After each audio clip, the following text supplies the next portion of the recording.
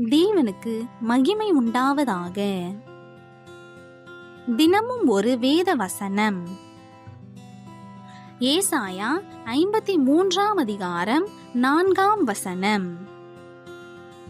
மெய்யாகவே அவர் நம்முடைய பாடுகளை ஏற்றுக்கொண்டு நம்முடைய துக்கங்களை சுமந்தார்.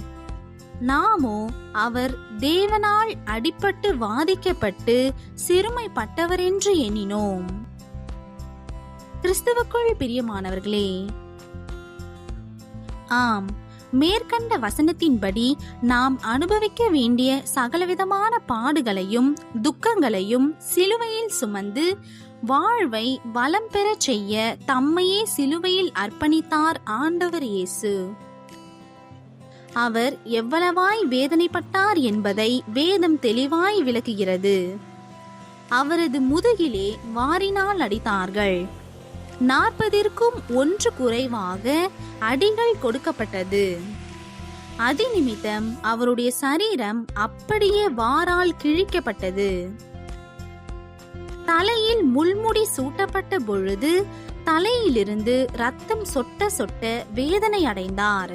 கை கால்கள் ஆணிகள் அடிக்கப்பட்டதினால் அடைந்த வேதனை அளவில்லாதது.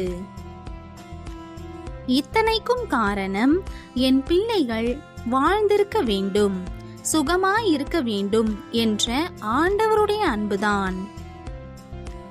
இது நிமித்தமாக நமக்கு கிடைக்கிற ஆசீர்வாதம் என்ன?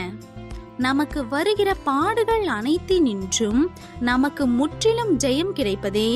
அதை நாம் மறந்து போக கூடாது.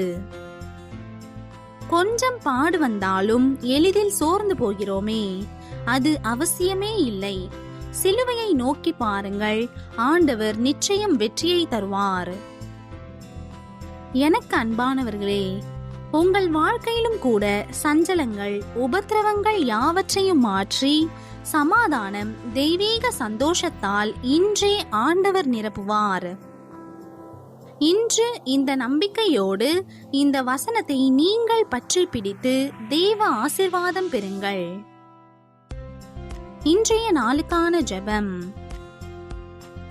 அன்பு இரட்சகரே, எத்தனையாய் நீர் எனக்காக சிலுவையில் பாடுபட்டீர், அடிக்கப்பட்டீர், நொறுக்கப்பட்டீர்.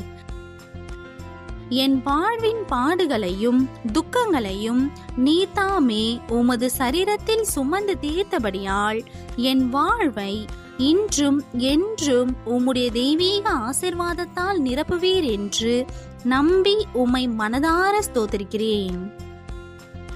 இயேசுவின் நாமத்தில் பிதாவே, ஆமேன்.